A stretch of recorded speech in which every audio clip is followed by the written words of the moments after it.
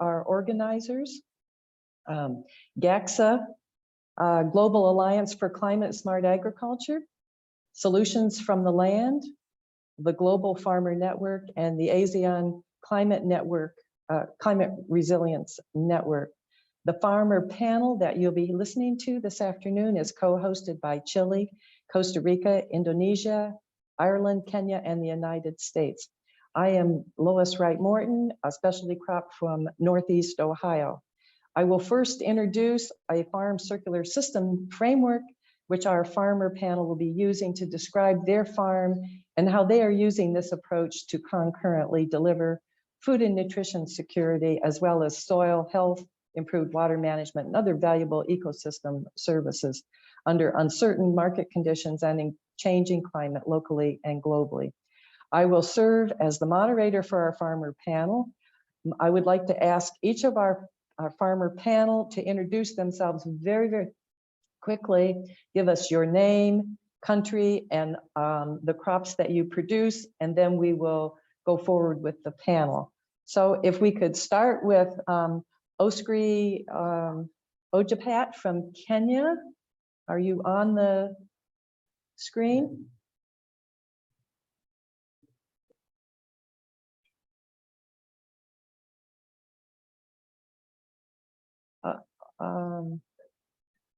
Mr. Ojabi, is he?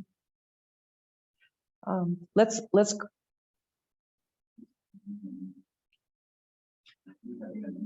Okay.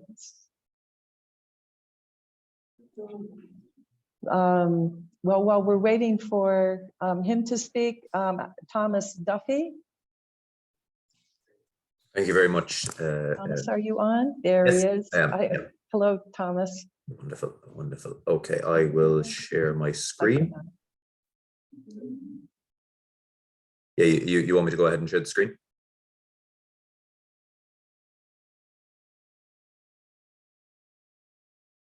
Sorry. Okay, I'm going to go ahead and share the screen. Just 1 second. Is he still speaking? Yeah, sorry, no, you want me to go ahead and share screen?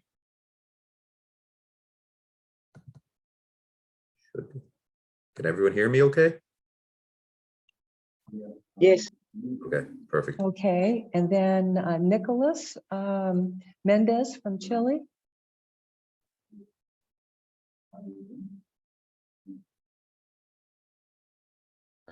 Hola, ¿qué tal? ¿Cómo están? Mi nombre es Nicolás Arriagada, de Chile. Tengo 28 años y trabajo junto a la naturaleza con más jóvenes para obtener alimentos saludables y nutritivos. Thank you, Nicholas. And Antonio Iquapado from the Philippines. Welcome.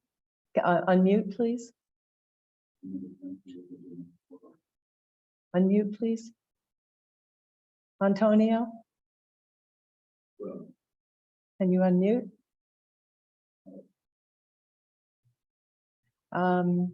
While you're unmuting, Maria, can you say, can you? Yeah, I am. Yeah, I am. Well, I'm Maria, like all the Spanish ladies, but I am usually named as Rosa Mosquera. I am working as full professor at the University of Santiago de Compostela, and I am I'm chairing the enabling working group of the Global Alliance for Climate Smart Agriculture. Okay, excellent. Okay, and then I want to go back real quickly. Has Oskari Ojapat from Kenya joined us?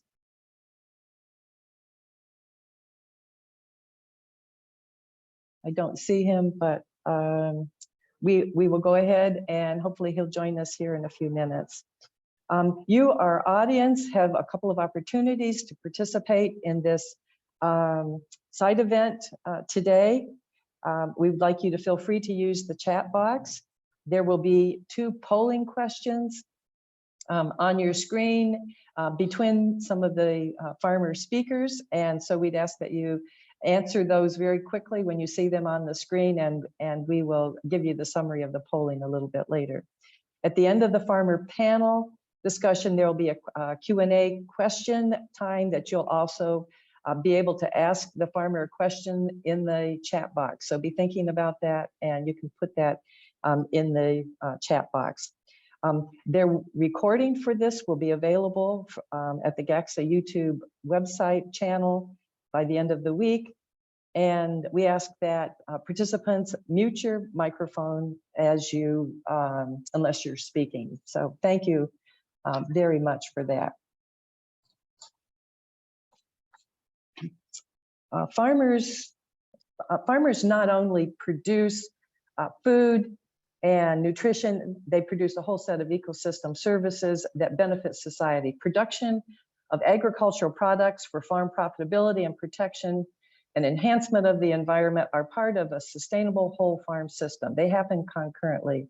Dr. Hans Hoogeveen reminds us that farmers are the beginning of the food system.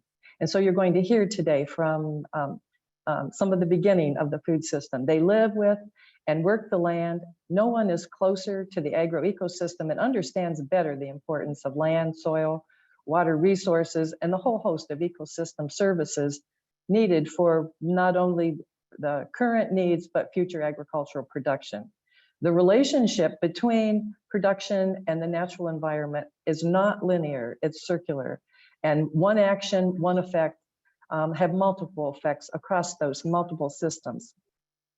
Farmers translate the natural cycles of life into productive, efficient, nature-positive farm-level circular systems. What you're looking at here on the screen is a framework for thinking about the relationship of a circular system. And the farm enterprise as a whole consists of 3 overlapping circles. You have the larger farm, and you'll see here that we have both ecosystem services and on-farm retained value. You might note that the ecosystem services circle not only is in the farm, but it actually has impacts outside of the farm. And that's the reason for that particular overlap for what that looks like. Retained value, we'll talk about that in just a moment, but it really is the heart of an effective circular system. Flowing into the farm from the bottom is a wide variety of off-farm resources. These are purchased inputs, neighbor-to-neighbor relationship exchanges, the science and technology support, public-private partnerships, many of the resources that help our farmers be successful. Flowing out from the circles are farm outputs, abundant nutritious food, feed, fiber, energy. I've given you some examples, but I'm sure that you can name many more farmers or many more outputs that our farmers do produce in terms of agricultural products. But the real measure of success at any farm level circular system approach are the outcomes. And if you look at the star at the top, the farmer outcomes, we're particularly interested in improved livelihoods, moving our farmers out of poverty, or being sure that they're able to support their families, and then health and well-being. If you look at the next slide, you'll see a little more detail about the farm enterprise and what we mean by retained value. This is a unique part of the circular system.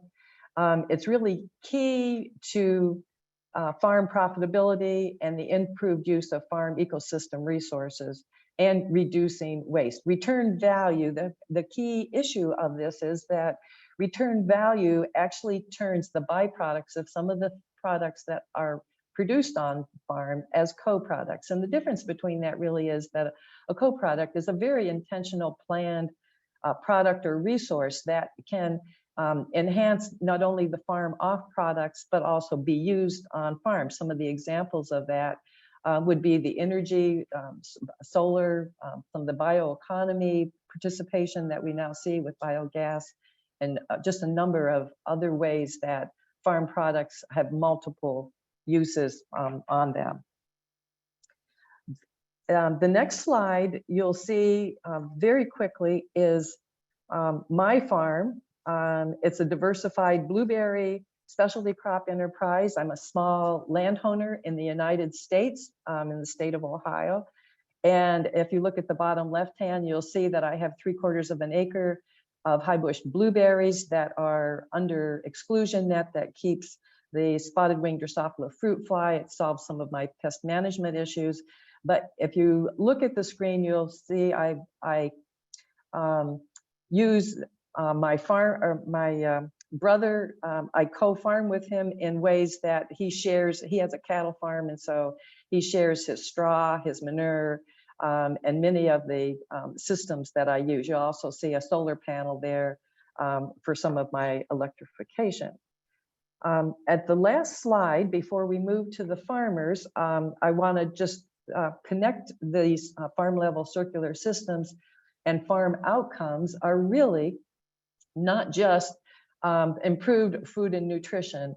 It really targets all 17 of the Sustainable Development Goals. And there are places where agriculture, in at least half of these, connects very strongly to the kinds of actions that our farmers do and the outputs that come from that. Now, what you've been waiting for is our panel of 5 farmers.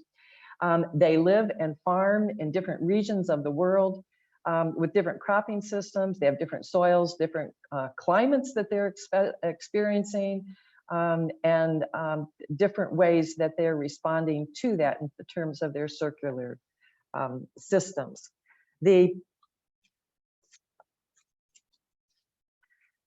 Our panel of farmers will first take about 5 minutes and describe their farm operation, and then how their farm operation and the systems approach, including bioeconomy innovations, will enable them to recirculate and reuse many of their on-farm resources and turn them into co-products that are profitable to their farm.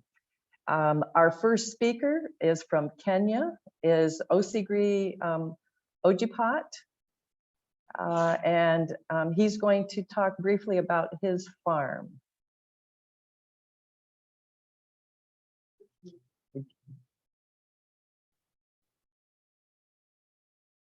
Ojipat, is he on? Okay, I think perhaps he's not been able to connect. So we will move to Thomas Duffy from Ireland. Thomas, would you take a few minutes and talk about your farm and how it connects to a circular system at the farm level? I'll just share screen there. Thank you. That should be the right one. And where is my big one? Okay. I think should be able to just see the screen. It should be a presentation mode. There we go. Yeah. Okay. So thank you very much, and thank you for inviting me to be here. So firstly, just a brief introduction as to who I am. I'm the current Vice President of Europe, the European Young Farmers of the EU, mostly. And we are an umbrella group that represents a number of different ones. I'm also a grass-based dairy farmer in the northeast of Ireland. We're milking about 100 cows here, about 94 at the moment. I'm the former head of the Irish Young Farmers Organisation, Mochar na Firma, and my educational background is an MSc in Environmental Resource Management. So I suppose in Ireland, the predominant agricultural system is a grass-based agricultural system, which most people would probably be more familiar with an extensive grass-based agricultural system. In Ireland, we operate a slightly more intensive system due to high rainfalls and quite good growing conditions. So we were able to produce about 15 tonne of dry matter per hectare in ideal conditions and with ideal inputs and management. However, increasingly, Ireland is exposed to a number of challenges around this agricultural grass-based system. The first one is obviously greenhouse gas emissions, and that comes in 2 forms for us. The issues that we're having around our national profile, because agriculture is such a large part of our agricultural economy and our general economy. and because of a lack of heavy industry, Ireland is similar to New Zealand in that a huge percentage of the total emissions are coming from agriculture. And so we've been set very challenging targets to reduce that by about 25% by 2030, which is very difficult given that Irish agriculture is predominantly ruminant based, particularly beef and a growing dairy sector. But also, I suppose our baseline, we are slightly better than confinement systems because of that. I suppose you would say because of that lower general intensity. Water quality is increasingly an issue in Ireland with the surface runoff. I don't know why that's jumping forward, sorry. With surface runoff of manure, excess nutrients in groundwater due to inappropriate spreading or bad management. And indeed, because I've mentioned climate change already, Ireland is exposed to both risks from excessive rainfall in winter, causing waterborne soil erosion, and droughts. Very little issue with non-waterborne soil erosion. Ireland's soils are fairly stable. Thankfully, wind erosion would be unusual as well because it rarely gets dry enough. However, that may become a factor in summer going forward. And then indeed the question around resource demand, phosphate, potash, and weed control products increasingly becoming very stringent as a member of the EU. However, being a very small country commercially, it's often very difficult for us to source products. But probably the largest source of concern at the moment is nitrogen, both the demand and the excess application of nitrogen in a grass-based system. Because unlike cropping, where you may apply it maybe once or twice a year at specific times, in Ireland, because we have a permanent grass-based system, we will have applications of nitrogen throughout the entire year to try and ensure productivity. As we see already at a global scale, these are not Irish figures, but at a global scale, only 14% of all nitrogen produced reaches the consumer, which means the vast majority of it is being lost to either air or water. In Ireland, we are focusing now on nutrient use efficiencies, and we have targets for over 25% to try and encourage that. But I suppose how we would achieve that is twofold, partially by moving away from particularly the energy intensive production. And as we're all familiar with, the price of fertilizers have skyrocketed due to global issues. And this gas is required for the Haber-Bosch method of sequestering or for fixing industrial nitrogen. So we also have to concern ourselves with the loss of this nitrogen both to the air in the form of nitrous oxide, which is a very potent greenhouse gas. In Ireland, ammonia emissions are also a concern, and the harm that they could be having to associated habitats. But this is more strongly felt in areas such as the Netherlands at the moment. And the loss, obviously, to water, leading to eutrophication, which would be the enrichment and the dying off of fish in our water quality. And Ireland is the second highest water quality in Europe at the moment due to a lack of heavy industry. So there is obviously very grave concern if there was to be any degradation. So one element of circularity that we are really focusing on in Ireland and is coming to the fore is moving away from our current grass-based model, which is an intensive perennial ryegrass, mostly fed by synthetic nitrogen, towards a mixed species, and particularly the first step to that would be what we call a diculture, which would be white clovers mixed with varieties of perennial ryegrass. However, some farms are already trialing and implementing, including on ours, multi-species grassland, which form, I suppose, a number of different ecosystem services. Obviously, most importantly, the fixing of the soil to avoid soil erosion through the different root materials, as we can see in the demonstration here, but also significantly reducing the nitrogen inputs that are required. So again, just to use an example from my home farm, the general ryegrass would be getting about 150 to 200 units of nitrogen, depending on growing conditions and how well the clover is doing in the ordinary swards. This year, we've applied about 50 kilos of total nitrogen per hectare to the multi-species grassland, and it was able to produce similar levels of productivity. Chicory and plantain in particular, we are beginning to use for drought tolerance, which is something that we haven't had to deal with as much in the past, but certainly for lighter soils like ours. Ryegrass, as we said, is still the predominant energy source because it is the fastest and probably the most productive grass that we have. There are next steps. There is already work being done on additional herbs, which might be incorporated for products such as reducing worming or parasite treatments, along with cocksfoot, which is also highly drought resistant.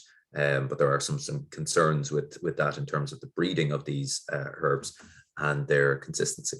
Okay, yeah, are you getting Yeah, there? You go. okay. Wonderful. I was just going to say that. Yeah, no problem. Getting to the time. Yeah, right. As I say, thank you very much. Yes, thank you, Thomas. A great introduction to circular systems. All right, our next speaker is Nicolas Mendez from Chile. And Nicolas, if you would try to keep it to 5 minutes if you can. We have lots of things to listen to, but we want to hear about your farm, please. Muchas gracias, Lois. Bueno, en nuestra huerta de hemisferio sustentable estamos insertados a un costado del Parque Nacional Villarrica, en Chile, afamado por el volcán Villarrica. Contarles que nosotros producimos alimentos por dos razones. Y la principal es para autoalimentarnos, para alimentarme yo, autoalimentar a mi familia y poder proyectar de cierta forma kilocalorías que necesitamos en periodos de tiempos y de esa forma tener seguridad alimentaria. Producimos hortalizas, tenemos relación con el bosque, cosechamos hongos, tenemos miel, tenemos huevos. Dentro de nuestra granja también hay hartos animales. Intentamos de llevar todo esto de una forma equilibrada y ocupar distintas técnicas de conservación de los alimentos como el deshidratado, la fermentación, las mermeladas, entre otras, y así tener una base alimentaria para nosotros. Pero además de eso, junto a otros jóvenes, nosotros lo que buscamos es poder también vivir desde la agricultura y desde nuestra relación con la naturaleza. Por eso, además de generar nuestra propia alimentación, también hay algunos alimentos que los proyectamos a un modelo comercial. Son menos, no tan diversos, pero eso nos sostienen para poder dedicarnos a lo que nos gusta. Nos gusta la vida de campo, sus principios, los valores, y además que estamos en América Latina y el Caribe, que tiene una tremenda herencia cultural en la gestión medioambiental. Entonces estamos buscando modelos que sean escalables y también colaborativos con nuestra región de la Araucanía. Nosotros como estrategia comercial decidimos certificarnos orgánicos, más que nada para poder mantenernos en los mercados competitivos, pero vamos mucho más allá a través del emprendimiento. Son 4 nuestras estrategias para hacernos cargo de la producción de alimentos que nosotros hacemos. La primera es en estado fresco, comercializamos en circuitos cortos dentro de nuestra región. Comercializamos un mix de hortalizas que tiene variedades de cale, acelga, rúcula, lechuga, flores, entre otros, y lo distribuimos principalmente a restaurantes, a hoteles y a familias en estado fresco, circuitos cortos. Como segunda estrategia, todas las materias primas que no tienen participación en este formato de mix de hortalizas, porque tiene un calibre más pequeño de hojas, pero hay hojas que tienen otra forma, que son más grandes, etcétera. Todas ellas las transportamos a nuestra sala de transformación de los alimentos. En esta sala, con distintos tipos de tecnología de deshidratación, cocción, asado, ahumado y otras técnicas gastronómicas, transformamos estas materias primas y les extendemos la vida útil. Entonces hacemos paté de verduras en distintos sabores, y esto nos ayuda a poder comercializar las verduras que no estaban teniendo participación en el mercado en circuitos más largos, dar una mayor escalabilidad al modelo, y además sabemos que hay mucha pérdida de alimentos, no solo de nuestra huerta, sino que de las huertas que están en nuestra región. Entonces hoy estamos generando sumatoria de todos los descartes que están presentes dentro de nuestra región para poder escalar nuestra línea de paté. Como tercera estrategia que estamos trabajando para la no pérdida de los alimentos, es que ya el último descarte que nos va quedando lo estamos transformando en polvo de hortalizas, harina de hortalizas y también complementos alimentarios específicos en cápsula u otro. Entonces, de esa forma, obtener todas las propiedades nutricionales de las hortalizas para ti. Y dentro de todo el ciclo de cultivo, el descarte que se genera nosotros se los vamos suministrando a nuestros distintos alimentos, a nuestros distintos animales. Entonces, de esa forma, después su estiércol y sus abonos los trabajamos y los reincorporamos a nuestro modelo de negocio. De esa forma, estamos evitando las emisiones de gases de efecto invernadero del desperdicio de las hortalizas. Además, dentro de nuestro modelo, nosotros incorporamos distintas técnicas para hacer circularidad. Primero que nada, la herencia cultural de nuestra región de la Araucanía. Ahí está el pueblo mapuche y también muchas otras culturas. Después estamos ocupando energías renovables, principalmente la solar en la transformación de los alimentos. Estamos trabajando la recircularidad y la reutilización de los abonos, fabricando nuestros propios insumos, nuestros propios abonos, haciendo que nuestro modelo realmente sea resiliente y no tener dependencias externas para que esto pueda funcionar.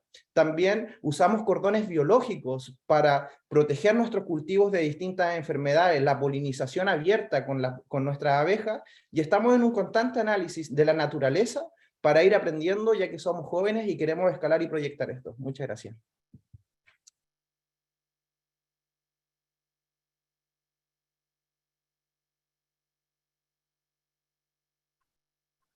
Excellent. Thank you. Thank you very much, Nicholas. That was a great presentation. Antonio Equipto from Philippines. Antonio, can you join us? Oh, excellent. We see your slides. Thank you. My name is Antonio, farmer from the Philippines. I produce my own fertilizer, produce my own seeds, and sell it as rice and rice seeds. In the Philippines, my practice is organic farming. I make my own organic fertilizers and concussion. I belong a farmers organization, mostly graduates of CFS or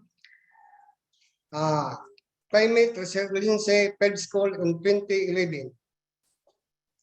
We are trained to do organic seeds production to enhance seed security in the Philippines using SRI,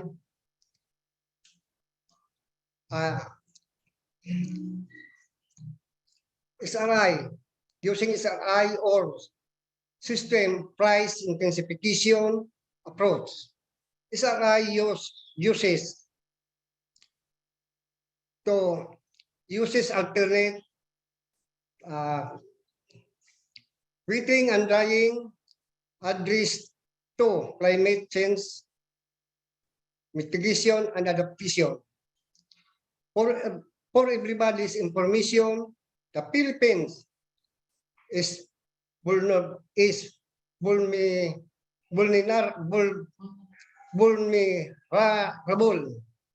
and prone to calamities. This is the diagram of our seeds production and vending enterprises with seed reserve function for climate emergency purposes. We plant different seed varieties in our demo farm sites. And among the varieties we planted, we selected the varieties in high yield and locally and climate adapted. And we must produce the seeds varieties. We also earn an income by selling seeds and organic rice. We respond to disaster emergencies by providing seeds to affected farmers through partnership with humanitarian agencies. Thank you. That's all for now. Oh, thank you very much, Antonio. A very nice circular system. And our next speaker is from Costa Rica, Maria Estamada. She will tell us a little bit about her farm. Maria?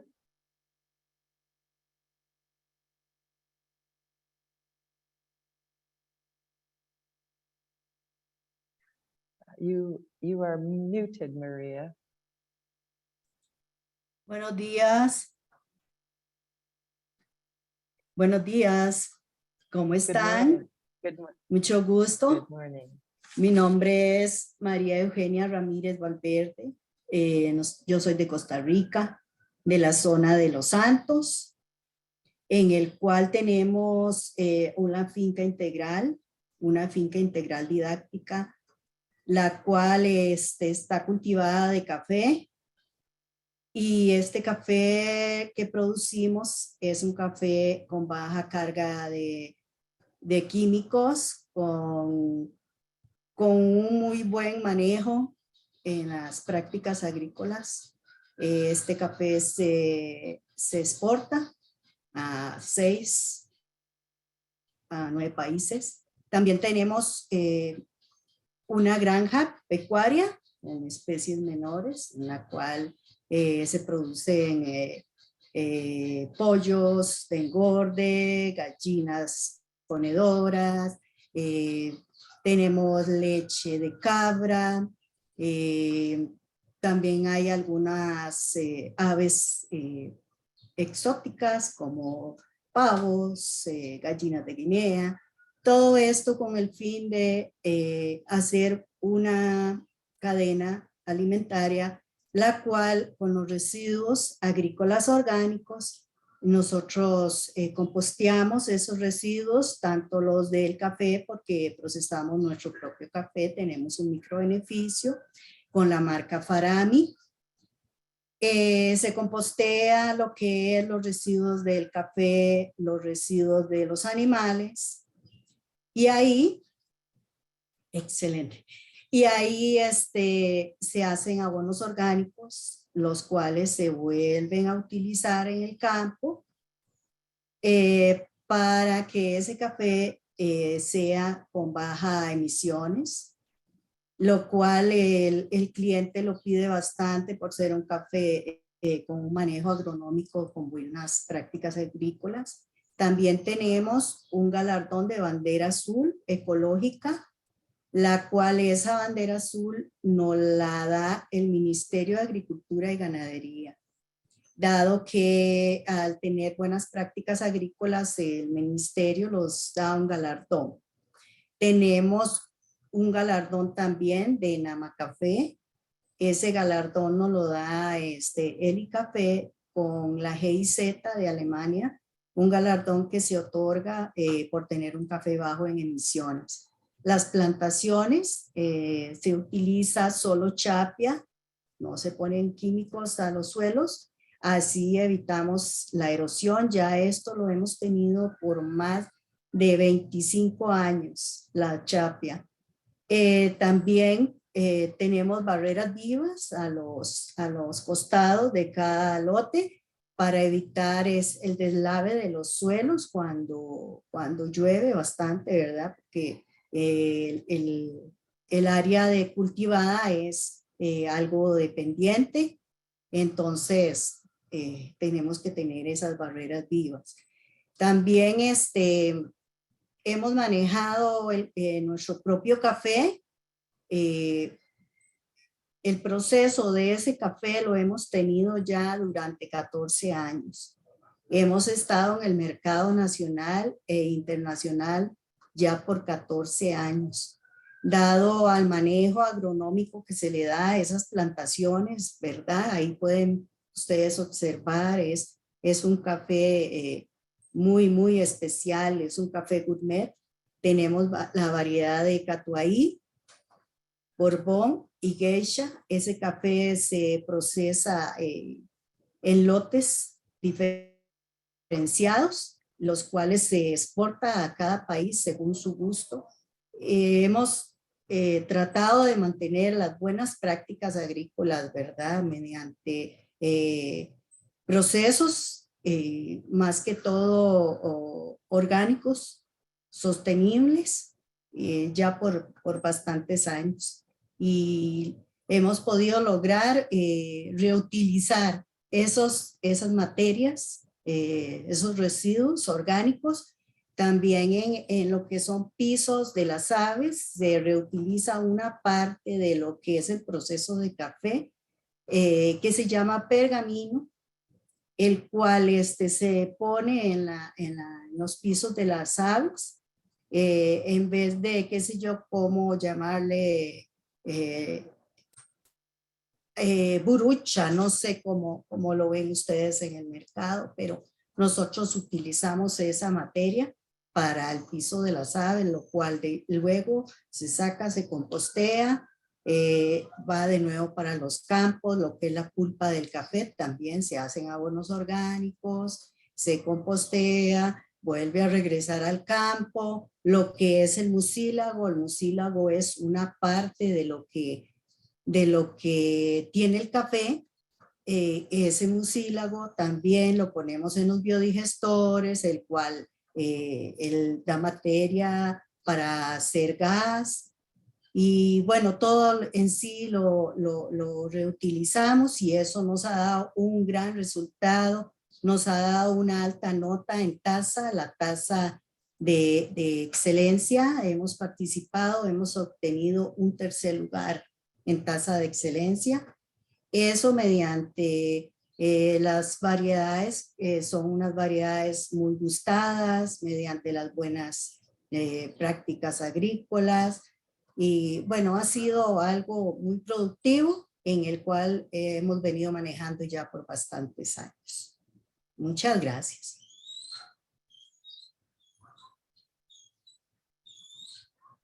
Okay, Maria, thank you very much. And if you notice Gracias.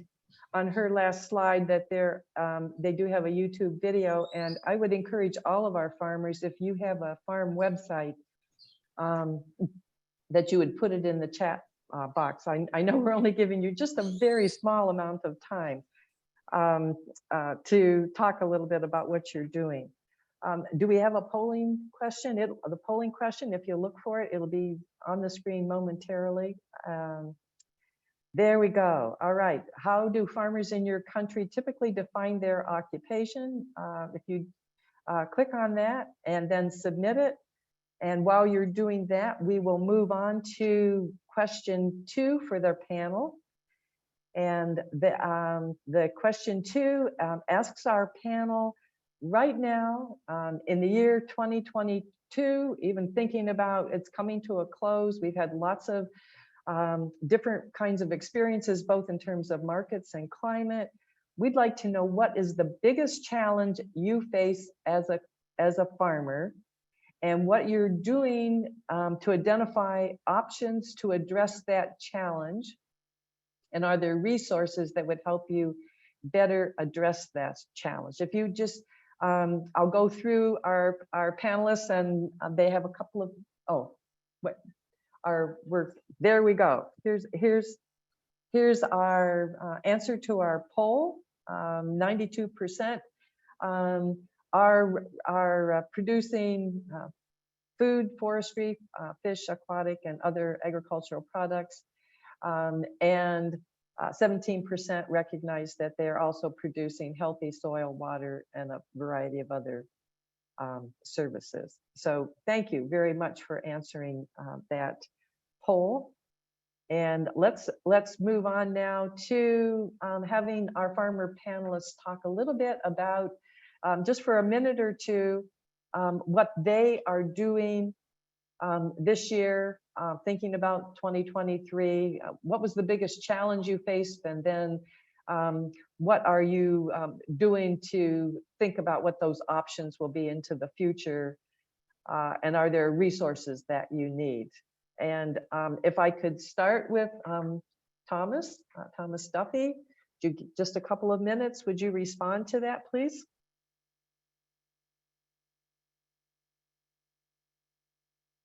You're on mute, Thomas. Yeah, sorry, no, something. No, that's okay. You're Hear me? good. Yes, thank you. Oh, yeah. Oh, I don't know what's going on there. Can you hear me there?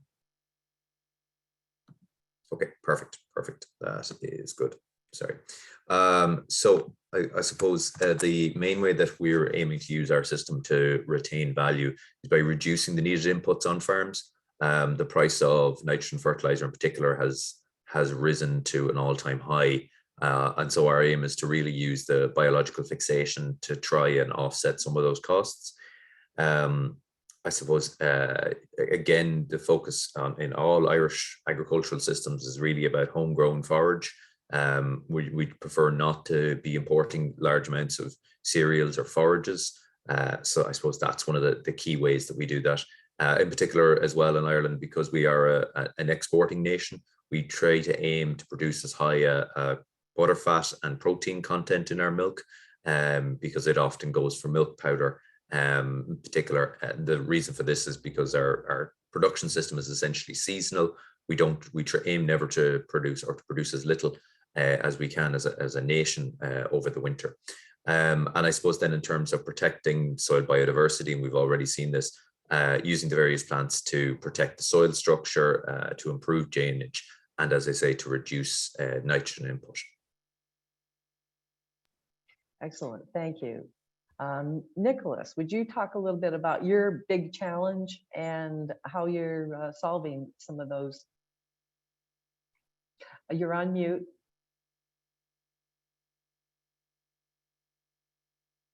Please unmute.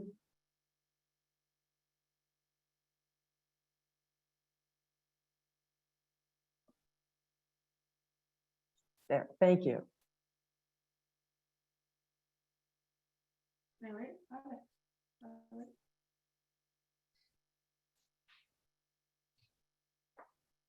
Hola. Bueno, nosotros como agricultores, el desafío más importante que estamos son desafíos climáticos antrópicos, y principalmente por la inestabilidad de mercado que estamos viviendo en los modelos de negocio, por la importación, exportación, y la inestabilidad que esto genera en términos de productividad de los alimentos. Nosotros para avanzar son fundamentales las alianzas internas de los países, internas de las regiones, para lograr suministrar los distintos insumos que necesitamos para la productividad, poder dar cierta escalabilidad y posibilidad de alimentación dentro de nuestros países. Y para ello hemos generado alianzas para suministrar los insumos, para poder fabricarlos con materias primas propias internas, y también necesitamos avanzar en dar empoderamiento a los agricultores para que puedan defender sus necesidades medioambientales basadas en el desarrollo sostenible. Y también trabajar fuertemente la estabilidad de los mercados internos para poder traer inversión aquí, para poder trabajar la economía solidaria, la infraestructura, y también distintos tipos de beneficios tributarios por la buena gestión del suelo, del agua, del aire, de la diversidad biológica en nuestros pares.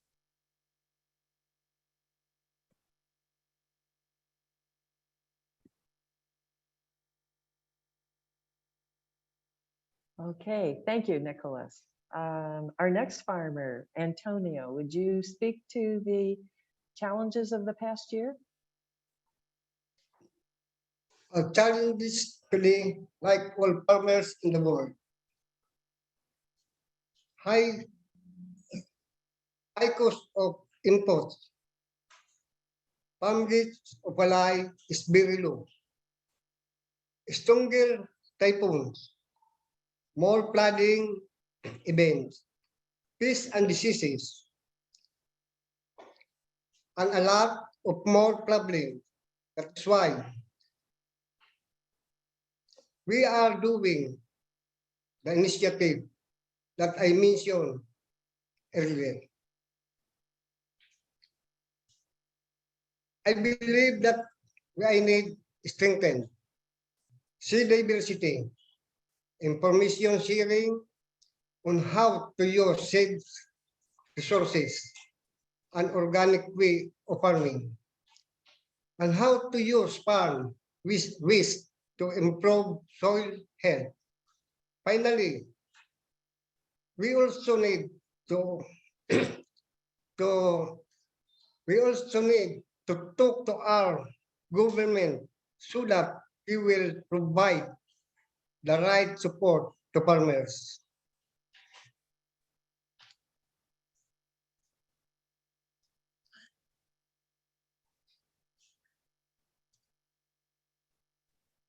Okay, thank you. Thank you very much, Antonio. And Maria, would you talk to some of the challenges that you're facing? Bueno, para nosotros los mayores desafíos han sido jugar con el cambio climático, ¿verdad? El cambio climático ha venido a hacer un cambio muy grande, valga la redundancia, en lo que son los cultivos. Esto lo hemos mitigado mediante riego en los campos, en algunos que se pueden regar, ¿verdad? Entonces nosotros hacemos esos riegos en el momento justo cuando aún no ha caído la lluvia. También hemos tenido un gran desafío en lo que es el alto costo de los insumos agrícolas. Eso lo mitigamos mediante abonos orgánicos elaborados también en nuestra finca, como les he venido contando. Se reutiliza toda esa materia orgánica y se regresa a los campos. Un gran desafío que ha sido bastante complicado es en cuanto a la exportación marítima, lo que son los contenedores, y eso ha estado muy complicado, con un alto costo, con poco equipo para transportar. También eso lo hemos mitigado cotizando lo que es vía aérea, y nos ha dado un gran resultado. Es más rápido llegar al cliente, el producto va con mayor cuidado, y ha sido, bueno, bastante productivo esos cambios y esos desafíos que hemos en parte mitigado para continuar con nuestra producción y con nuestra exportación. Muchísimas gracias. Thank you very much, Maria.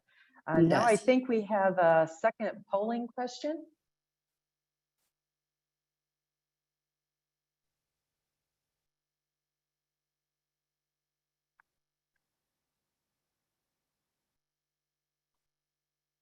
Okay, and here it is. Who are you most likely to look to for new ideas and farming practices? And it looks like we can only choose one. Would that be correct? So choose, you may use all of those, but when you think of most likely, what is the source that gives you new ideas?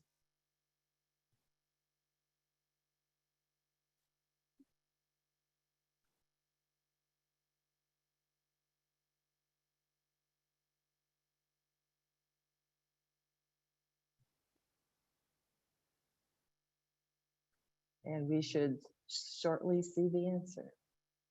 No? Shall we go ahead and? Okay. Oh, here we are. Other farmers, 60%, extension government, technical advisors, 20%. The internet, 13%, and ag tech advisors from industry, 7%. So thank you very much to our poller. Our last and final question to our farmers is to give us one or two action items that you think would help expand and accelerate farmer-to-farmer experimentation. We just saw on the polls that we learn from each other, and a high number of people that are listening are learning from each other. So how would we accelerate and really expand that so that other farmers can learn from some of the experimentation and the knowledge that we're having? And so if we could ask for Thomas to again respond to that. Meanwhile, I'd like for our participants to be thinking about a question that you would like to ask one or two of the, or all of the farmers.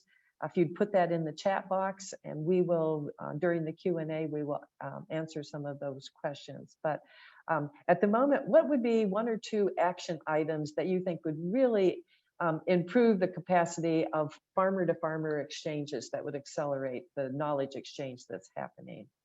Thomas. Yeah, I think there's probably two ways. It's very difficult to get away from in-person, face-to-face discussions at a local area.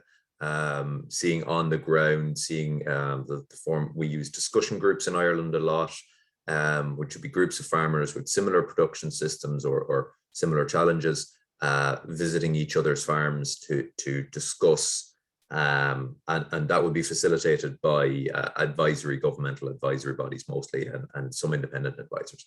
That being said, in terms of I suppose the cutting edge of things, I see a lot of engagement online, a lot of farmers learning from each other on places like Twitter, and I think it's a very useful place for international learning as well. So we can see what another farm system is doing in another country with different traits, and maybe learn to adapt those into our own. So we're always trying to look for maybe the next step. That's been really successful. But I think the most important thing very often, and maybe the most challenging thing, is highlighting the drawbacks and solving the problems. Because even in the likes of the multi-species I've mentioned here, some of those practices, one of our major drawbacks is plant control, so weed control, major issue. And in farming, we're trying to learn from each other. We're trying to use completely new methods of dealing with this to try and figure out how to get around this problem. Thanks.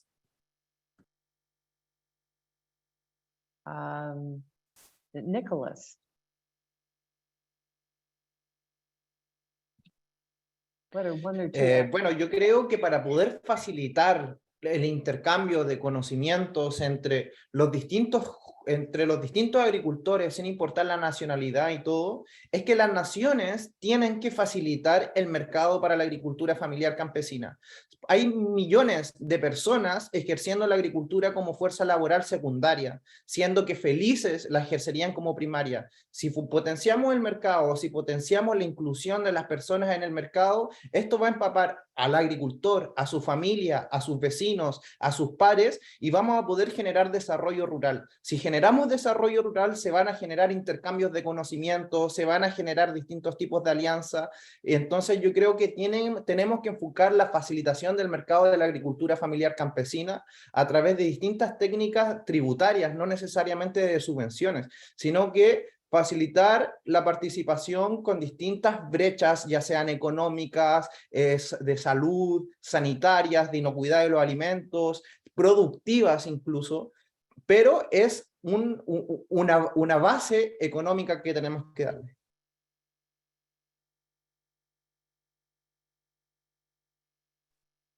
Okay, thank you. Good comments. Antonio, what would be a couple of action items that you think would help?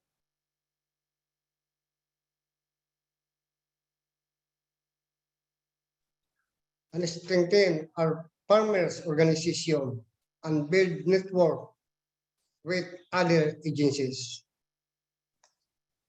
Thank you.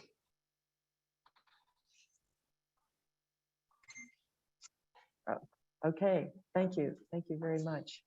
And Maria, what do you think would be some action items that would help you learn more from farmers and farmers to learn from you? Bueno, también pensando mucho en lo que es familia, ¿verdad? Concientizando nuestra propia familia para producir más amigable con el ambiente. Eso sería genial. Haciendo visitas de campo, sea dentro o fuera del país, si se pudiera, aprendiendo siempre de otros campesinos, todos los días se aprende algo diferente, visitando, yo te cuento, el otro me explica el manejo que ellos tienen. Así hemos logrado tener conocimientos en lo que no sabíamos, ¿verdad? Yo siento que comprando productos, tanto nacionales como internacionales, que ellos sean con manejos en armonía con el ambiente. Hay muchísimos medios los cuales podemos aprender y conversar de esas buenas prácticas agrícolas. Siento yo que más que todo es el producir con buen manejo y adquirir productos de dicho manejo que estén en armonía con el buen ambiente. Eso más que todo pensaría yo que es en gran parte como podemos dar a conocer y obtener el producto de otros campesinos. Muchas gracias. Oh, we want to thank our farmers. You've given us lots of good things to think about and some good ideas. We're now to a Q&A time, and I see there's a number of questions in the chat box. And I want to start with a question from Renata Lopez. How are you as farmers see the importance of green finance to support transition in agriculture or to expand your own practices? Do you have financial incentives for sustainable regenerative agriculture in your country? It's open to any of our farmers. Is there one of our farmers that would like to take that question on?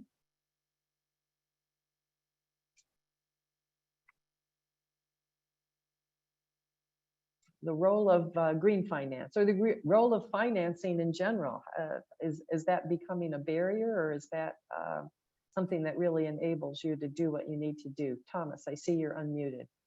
Yeah, I can just say briefly, I suppose one of the biggest challenges, particularly for young farmers, is access to credit.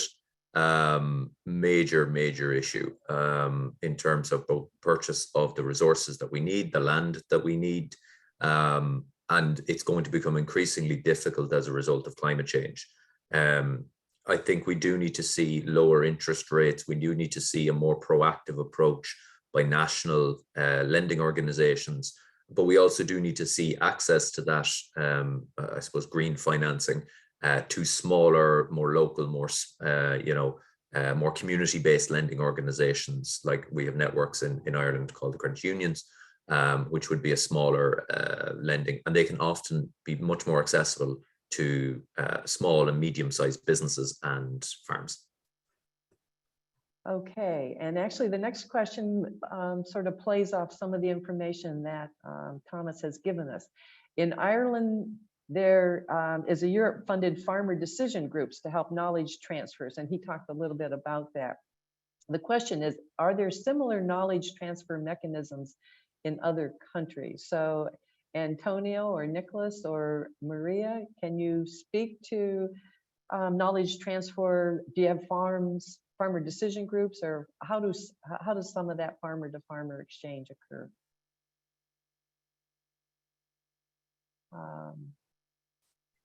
Maria or Nicholas, Antonio, you want to take on that question? Sí, bueno, primero, basándome en la primera pregunta, en nuestro país, Chile, hay hartas líneas de financiamiento, las cuales de la innovación, y nosotros hemos ido presentando innovación alimentaria, principalmente en la no eliminación o pérdida de los alimentos, y en base a eso hemos logrado financiar un poco lo que estamos realizando. No así acceso a créditos verdes o ese otro ecosistema. Y por segundo lado, aquí en nuestro país existe fuertemente traspaso de información, traspaso de herencia cultural que viene desde los mismos pueblos indígenas, y también desde las comunidades rurales de quienes ejercemos esto, y se organiza en base a las mismas personas y también de algunas instituciones públicas, gubernamentales, que también están apoyando levantar el conocimiento y la diversidad biológica a través de distintos tipos de encuentros.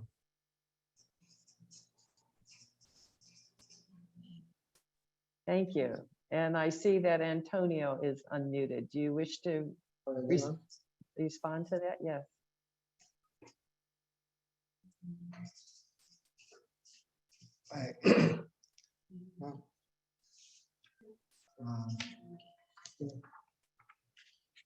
Yes, we need whatever finance we can give.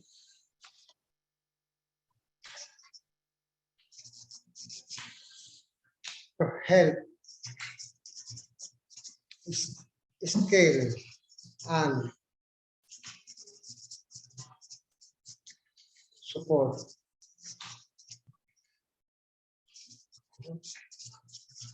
Okay.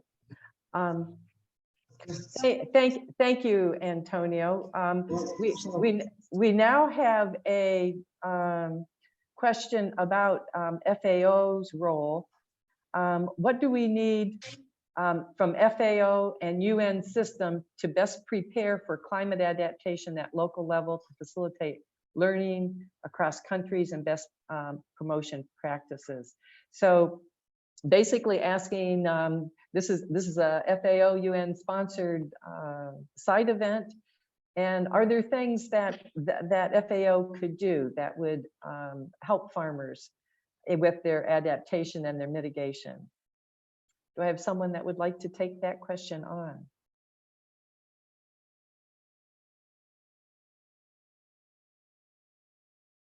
Anybody want to talk to that for a moment?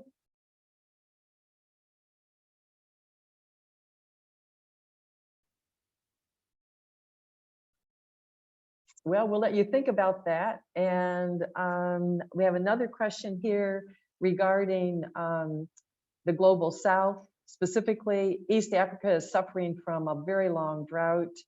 And I'm sorry that our Kenya farmer was unable to join us this afternoon, because I think he might be able to have responded to that. So the question is really asking how farmers are, what kind of irrigation and what kind of support that they need. But we don't have him on. So let me scroll down and see what else that we might have here.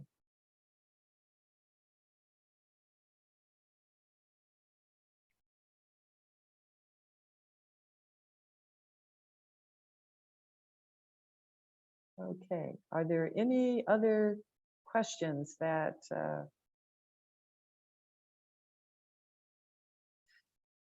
Lois, I might intervene with a question to our farmers. This is Ernie Shea with Solutions from the Land, one of the co-hosts. We've been talking about the definition of agriculture extending beyond food and fiber production, and also including these ecosystem services, the water that farmers filter and store, the biodiversity that you create, the carbon that you sequester in the soil. And we are hoping that there might be a market mechanism that would emerge to compensate producers for this full range of goods and services that you deliver from the land. And I'd be interested in our farmers' perspectives today in terms of, is that viable? How far out is that? Does that make sense? Because it really goes to the heart of the question, what business are you in? So anyone have a response to that question about the future for ecosystem service payments? I can maybe come in on that. I think there's, when we talk about ecosystem services, I think we can sometimes race ahead in terms of ensuring that, you know, agriculture can provide these products. The first thing I think we do need to address is the negative externalities, the negative impacts that agriculture can have, and trying to mitigate those and trying to accelerate a transition to a model of agriculture which can, if not eliminate, but certainly limit those very significantly. And at the moment, I think most farmers are not seeing even that step being provided for. When we compete on commodity markets, when we compete against countries with very large externalities, but even within those countries, and I know there was a mention here about Brazil and no better rates for sustainable practices. This is a situation across, I think, most of the world. Farmers who are, providing I'm always reluctant to say sustainable, because I think it's a little bit overused word maybe sometimes, but a more sustainable form of food production often have to struggle against below cost and unfair competition.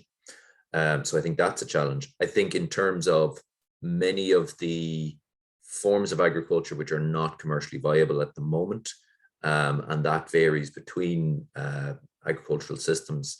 In Ireland in particular, our sheep and our beef production are generally on high organic matter soils. In order to provide more ecosystem services, more biodiversity protection, more carbon sequestration, they will have to lose some form of production in the form of rewetting if they are to be paid for that. So there has to be compensation for that, and there has to be either state governed or international agreements on the provision of those. I personally would be unsure that we can provide from the market for those farm systems that are going to lose cost, but I think the market can deliver for farms like ours that can reduce their externalities that way. Thank you. Thank you, Thomas. That was a good observation.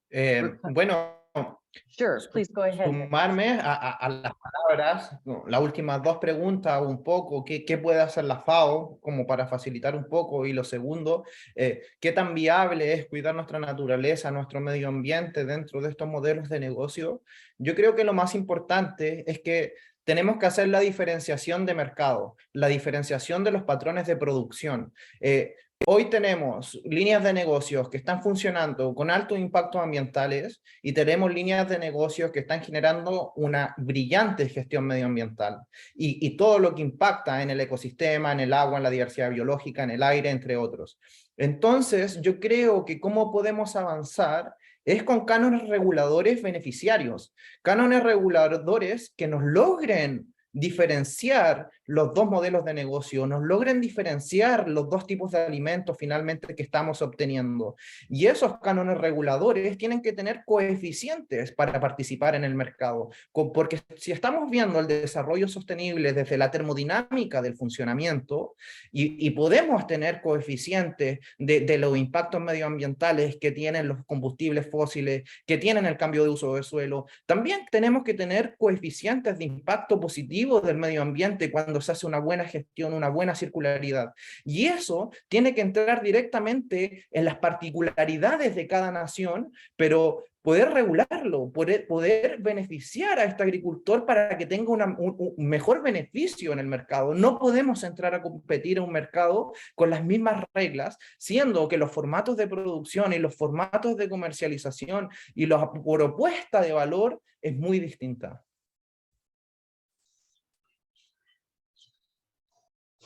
No, thank you. Thank you very much.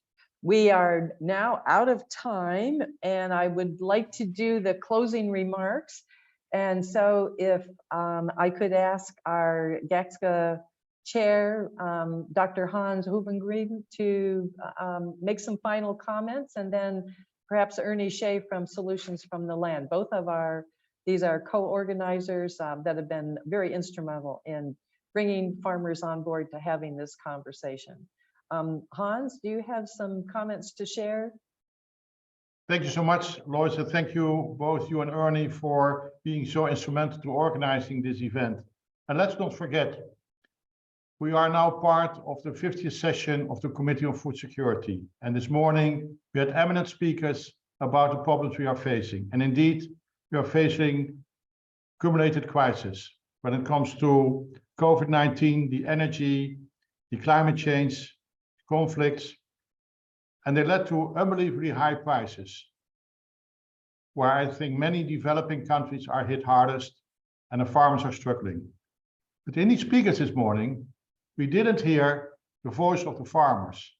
So it's so great that we have you now here, farmers from the practice, stating to us what you are doing and what you need. And I'm so impressed with what you are saying. Because let's not forget, we speak about food security, we speak about food systems. But our food systems start with the farmers.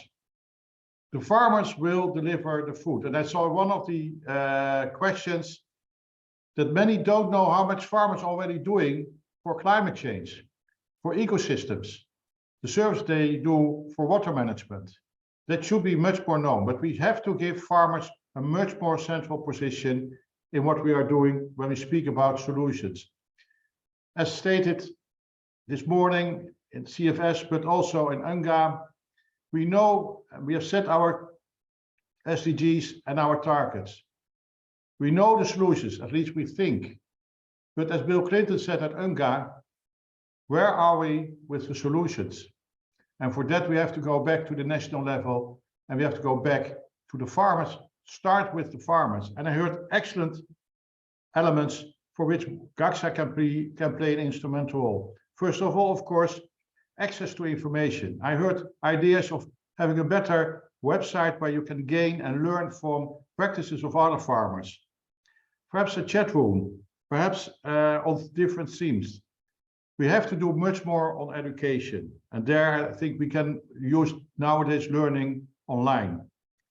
But what we also have to do is crucial, access to innovations and technology. We speak so much about it. Next week, we have a science forum. But the most important thing is how do we make those innovations, those techniques accessible to farmers and affordable to farmers. There, I think GACSA can play a role. What most important is what you have said. How are we going to let farmers benefit if they implement climate smart practices? And there we are working with, and I'm part of that group, with the Clinton Foundation, with Rabobank, with FEO and others on a carbon credit system for farmers. We have it already for industry, but why not develop one for farmers where the benefits directly go when they implement climate smart practices or sustainable enforcement directly go to the farmers. We are going to start pilots in each of the regions to show that it can be done and hopefully present it next year. What we're also going to do is bring solutions for food losses with investments of the investments of the private sector to the ground. Because what we are missing here in Rome now is the voice of the farmers and the direct voice of the private sector. That's why this side event is so great, so important. And it cannot be only a side event. It has to be part of our main events. Only then we can find solutions on the ground for land, for sustainable agriculture, for the environment, and for forests. Thank you. Oh, thank you. GACSA will certainly help for that. Excellent. And become a member of GACSA, because that we need. The more we are, the more power we get. Excellent. Ernie, you now have 30 seconds. Okay, well, I think Hans hit the nail on the head. This event was organized to put farmers at the forefront of the discussions of the future of agriculture. So thank you so much for joining. Thank you to the Committee on Food Security for placing this on the agenda. And that was no small task. The world is run by lots of organizations that participate in the value chain, and it was so refreshing to see farmers at the forefront. I want to acknowledge our co-sponsors, the Global Farmers Network, the GACSA, of course, the Asian Climate Resilience Network, our co-host governments of Chile, Costa Rica, Ireland, Kenya, and the United States of America. But most importantly, I want to thank the farmers who took the time today to stop what they were doing, whatever time zone they're in across the world, and share some of their experiences, their challenges, what they're doing to become more sustainable, how they're improving resilience, and how they're delivering ecosystem services concurrently. So this is the heart of the way forward. It's farmer to farmer exploration, entrepreneurial learning, and working together to get the world to a better place. Solutions from the Land is committed to helping this process along, and we're going to produce a white paper that describes some of the examples that you heard today of farmer innovation, around circular system approaches to producing food, feed, fiber, and agroecosystem services. And we will offer that up as another tool in the toolbox to help farmers improve productivity, become more sustainable, more resilient, and most importantly, improve livelihoods for themselves and the population around the world. So at the end of the day, the world is looking for answers. They're looking for solutions to big, big challenges. And what the good news is that agriculture and the farmers of the world are well positioned to deliver those solutions. So thank you all again. Yes, I echo Ernie's thank you. We hope that we've inspired you to think about circular economies. This is just the beginning of this kind of a conversation. So we ask that you keep that conversation going, and please have a good day. Thank you all. Farmers, thank you, especially those of you that got up very, very early. Maria and Nicholas, I know your time zones are very, very different. So thank you, appreciate that.